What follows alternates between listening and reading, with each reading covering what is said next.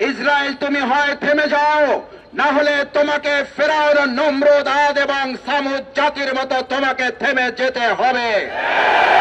ইসরায়েলের আজকের এই হুঙ্কার, নেতানিয়াহু যেটা বলেছে অহমিকা এবং দম্ভ করে, এটা শেষ নয়, এটা শুরু মাত্র।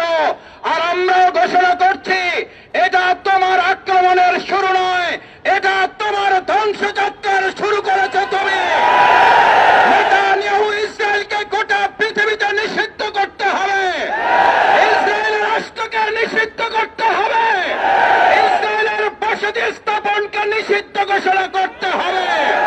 গোটা বিশ্ব মুসলিম ঐক্য করে ইসরায়েলের অমানবিক হামলার বিরুদ্ধে দায়িত্বহীন কণ্ঠে আমরা ঐক্যবদ্ধ ভূমিকা পালন করে ইসরায়েলের এই গণহত্যা বন্ধ করব ইনশাআল্লাহ। আউযু বিল্লাহি মিনাশ শাইতানির রাজীম। বিসমিল্লাহির রহমানির রহিম।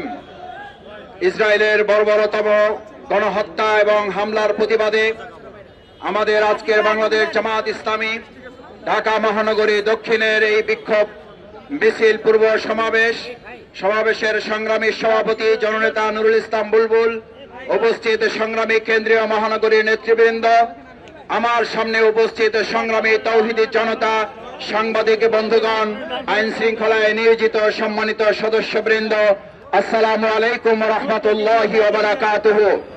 সংগ্রামী ভাই এবং বন্ধুগণ, বাংলাদেশ আজ যে বিক্ষোভে নেমেছে, আমরা বিগত 15 বছর ফ্যাসিস্ট আওয়ামী লীগের সরকারের আমলে ইসরায়েলের এই হামলার প্রতিবাদে বিক্ষোভ করতে গিয়ে বাংলাদেশের তথাকথিত ইসরায়েলের দোসর আওয়ামী লীগের কর্তৃক আমরা আক্রান্ত এবং গ্রেপ্তারের মুখে পড়েছিলাম।